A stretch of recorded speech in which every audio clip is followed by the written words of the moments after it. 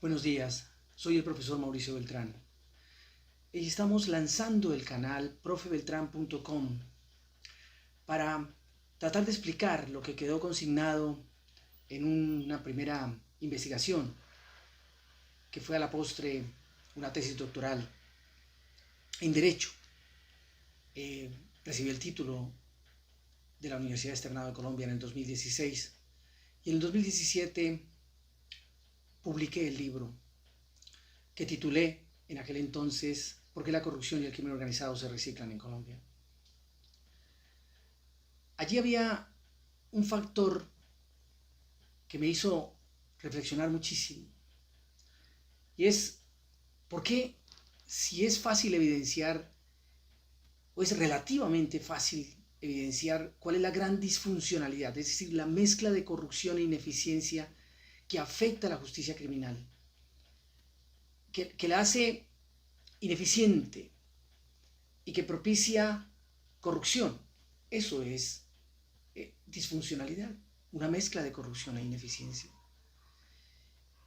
Y es que a medida que uno profundiza el tema, se va a la historia de lo que han sido las prisiones en Colombia y se va a la historia del sistema penitenciario en el mundo, se puede dar cuenta que el factor determinante para que las cárceles cumplan esa función que se va, digamos, que va tomando forma en el medioevo, como un lugar para castigar, como un lugar en donde, bien administrado, honestamente administrado, se propicia la redención, lo que hoy llaman en términos modernos la resocialización.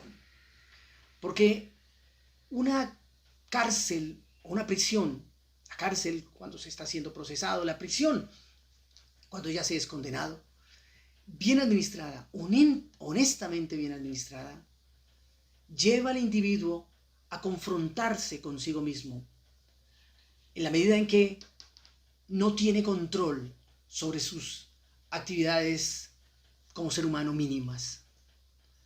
Ya no puede determinar a la hora que se levanta, no puede decidir qué come, no puede determinar a qué horas se va a la cama, a qué horas se acerca al baño. Ya no puede decidir especialmente con quién habla, en dónde va a hablar. Allí está la clave. Lo que yo he llamado, califiqué en ese libro como la anulación, es fundamental, especialmente para las cabecillas del crimen organizado y de la gran corrupción, que en este país se reciclan y una y otra vez. Se reciclan porque si en un momento determinado la sociedad civil presiona, como se empieza a ver especialmente en el siglo XXI, presiona al Ejecutivo para que obtenga algún resultado con el maleante, con el delincuente del momento, y entonces a través de grandes operaciones de la policía y a veces con intervención del ejército, se logra la captura de este bandido de moda o su rendición. Se supone que el individuo llega a la cárcel, llega o es sentenciado y está en la prisión, y entonces no volverá a producir daño a la sociedad. Se restringe la libertad, básicamente, aquí y en todo el mundo. Cuando está siendo investigada la persona, se tienen suficientes evidencias y se dice, wow, esa persona se puede escapar, esa persona puede huir, o esta persona puede afectar el proceso, puede darle una dirección al proceso, y por tanto debemos restringir la libertad y mientras que se surta el proceso, mantenerlo en una prisión. Pero mantenerlo con una comunicación absolutamente vigilada y controlada. La comunicación se vuelve en ese sentido un ejercicio excepcional, siempre sometido a las necesidades de la justicia, de establecer quiénes son los responsables de los hechos. Y cuando se trata, como es el caso colombiano, de organizaciones criminales, de tratar de desmantelar el poder de las mismas.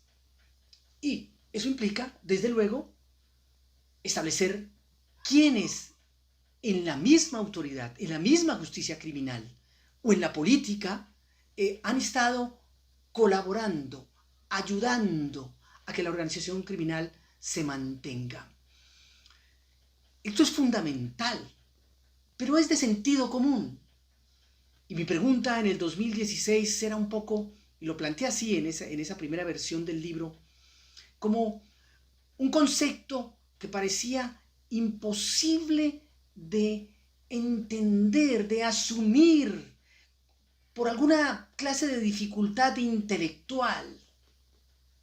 La verdad era que no entendía, yo no podía explicar por qué, si desde hace mucho tiempo se conoce que esa es la clave para evitar que los delincuentes, una vez pierdan su libertad, continúen delinquiendo, continúen haciendo daño a la sociedad. ¿Por qué no se aplicaba? Y allí el caso de Pablo Escobar, cuando se entrega a la justicia a inicios de 1991, cuando ya sabía que se convocaría, es decir, cuando ya se ha convocado una Asamblea Nacional Constituyente.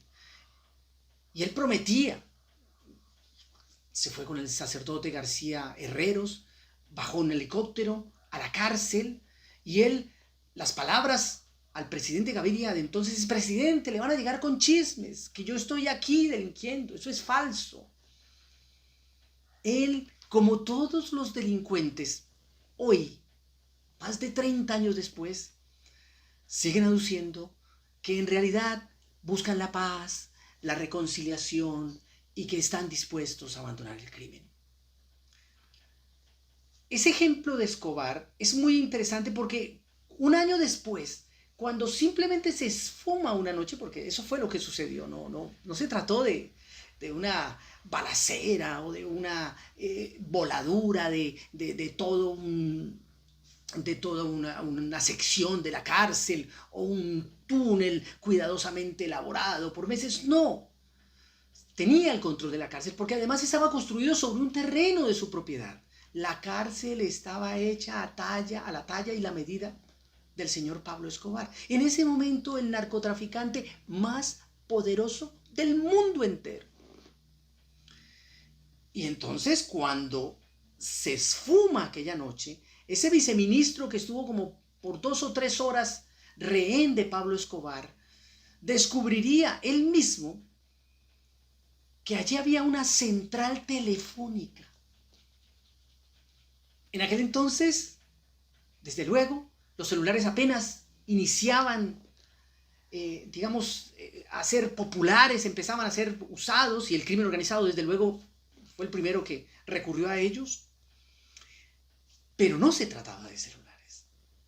Eran teléfonos fijos. Porque estos teléfonos tienen la difícil particularidad a la hora de ser interceptados, a diferencia de los celulares. Hoy en día se hace con unos aparatos casi que ridículos en términos de tamaño y en términos de facilidad de uso. Interceptar un celular no es complicado, y países como Estados Unidos se pueden dar el lujo de hacerlo a distancia. Pero interceptar una línea fija, especialmente varias líneas fijas, eso ofrece problemas técnicos inmensos, y entonces le otorga al crimen organizado una gran oportunidad. Yo, insisto, no podía comprender hasta el 2016 por qué esa experiencia de Escobar y las sucesivas no lograban hacerle comprender al presidente de turno que debía enfrentar eso. Claro, me doy cuenta en el 2007, y a partir de esa experiencia escribiría mi libro, a mediados del 2007, cómo se cocina un contrato, y se cocina, sí, esa es la expresión, un contrato que precisamente terminó por legalizar la comunicación a través de teléfonos fijos, esos que son casi virtualmente imposibles de interceptar. No solamente por el problema técnico, insisto, sino porque si se levanta la línea de un teléfono y se mantiene allí una persona escuchando 8 horas, un operador, por ejemplo en la picota, encontrará que hay cientos de líneas y que si se da una orden, cualquier orden, para ejecutar a una persona, como por ejemplo para ejecutar al excoronel de la policía Elmer Gutiérrez, entonces que en ese momento, Elmer Fernández, no se podrá saber quién está hablando. Simplemente se vuelve imposible. Hay miles de reclusos. Son dos problemas, insisto, el logístico, técnico, puramente técnico, y el otro problema que tiene que ver con quién, cómo vamos a colocar 3 o 4 personas en turnos de 6 o de 8 horas escuchando un solo teléfono, o colocamos miles de personas todos los días para escucharlo. Es absolutamente vulgar, es insólito que se coloquen teléfonos fijos, teléfonos comunes y corrientes en una cárcel, en un país como Colombia, que tiene en este instante internacionalmente el récord por encima de cualquier otro país en el mundo en organizaciones criminales.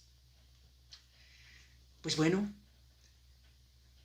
en el 2023, en la versión del libro actualizada 2023, creo que he logrado comprender qué es lo que sucedía. Se trata de la ideología liberal, progresista, esa que quedó matriculada desde la Constitución del 91. Porque recordemos el detalle, ¿no? Pablo Escobar se entrega, y hoy sabemos, porque además estaba seguro de que lograría comprar la no extradición, volvería la no extradición un asunto de derecho constitucional.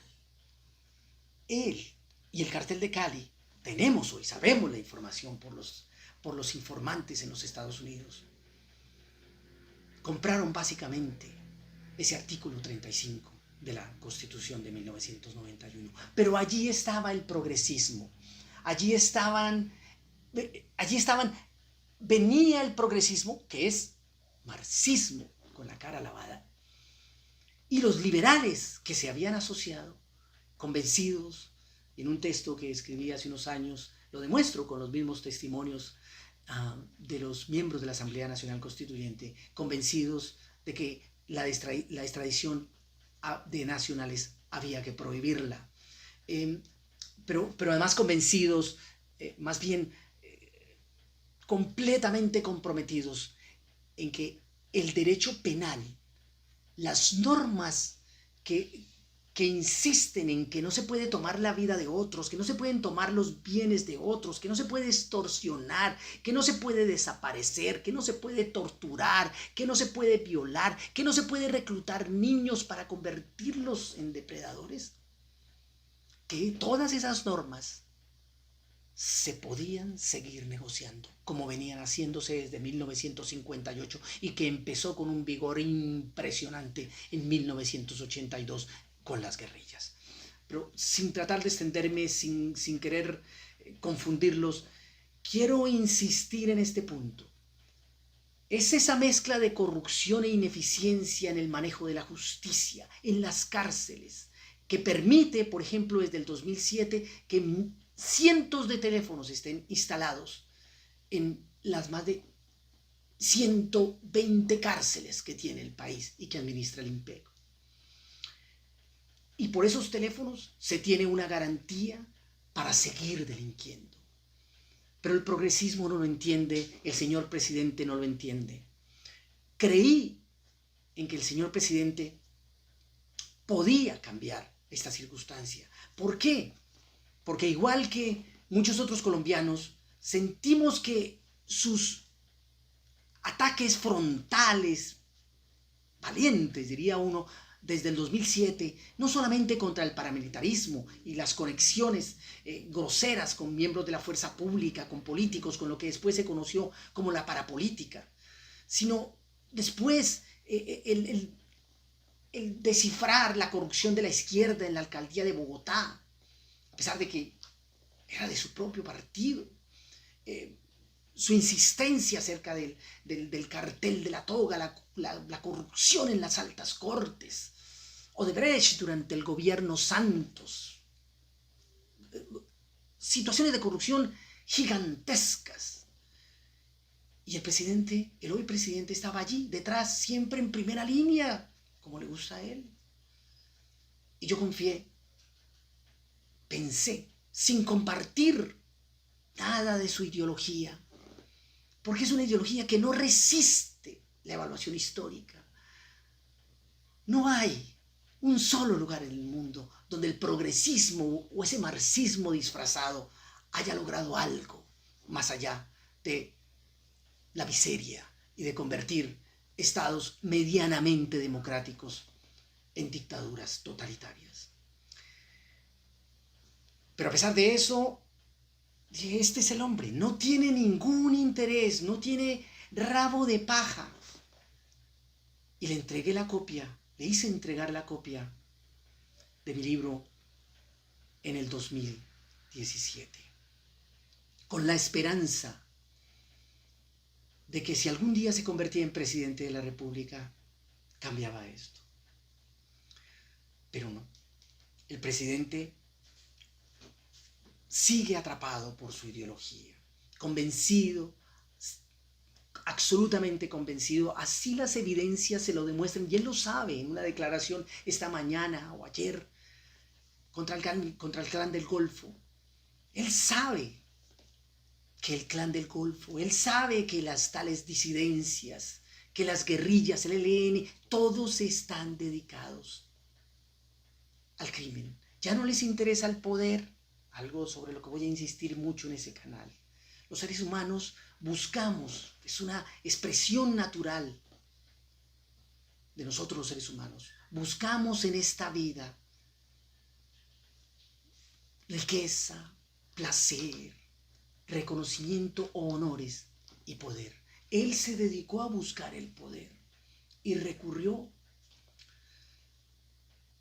a la subversión y a una cantidad a validar una cantidad de crímenes. Tal vez él no los cometió, no lo sé, pero los validó. Y esto hoy, él sabe, él conoce, el señor presidente conoce que hoy los grupos no les interesa el poder. Les interesa la riqueza, el placer, esos honores que les permite, que vienen del hecho de sentirse líderes de organizaciones que son capaces de colocar en jaque a las instituciones. Por eso, hoy lanzamos este canal y vuelvo a invitar al señor presidente a que retome ese libro, bueno, la versión del 2023, porque solo él puede cambiar esta situación. Él decía hace dos o tres días, cuando ocurre el asesinato, que el coronel Elmer Fernández estaba cumpliendo su deber, estaba impartiendo órdenes, o más bien estaba impartiendo disciplina, pero es que disciplina es la observancia de las reglas. Y las reglas nos indican desde 1993, que quedó consignado allí en ese código penitenciario en el artículo 111, que la comunicación de los reclusos debe ser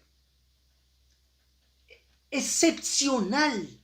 No existe un derecho fundamental, porque eso contraviene el sentido común. Ellos son unos enemigos de la sociedad. Han usado el crimen para satisfacer intereses mezquinos. En esa medida son un enemigo del resto de los colombianos. Y no le podemos dar al que se coloca en posición de enemigo de los colombianos un derecho fundamental. como por allí la Corte Constitucional en el 2017 pretende insinuarlo con una sentencia sobre la comunicación en las cárceles.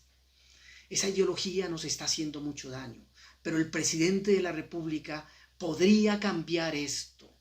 No podemos seguir sacrificando la vida de gente honrada que cae en esta contradicción, queda atrapada por la contradicción. Debo hacer cumplir la ley, pero al mismo tiempo el presidente me dice que él va a negociar con los criminales.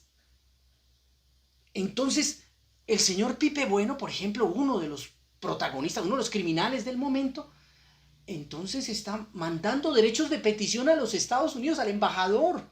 Es hasta risa. El señor pretende que Estados Unidos le informe si tiene un proceso criminal en su contra. ¿Por qué? Porque le teme a la extradición. Igual que Pablo Escobar. Eso no ha cambiado. Esa es la única justicia que les asusta. De nuevo, empezamos este canal para contravenir el discurso políticamente correcto, el discurso de que el derecho penal puede ser negociado. E invitamos al señor presidente que salve esta patria. Él tiene el poder para hacerlo. Muchas gracias.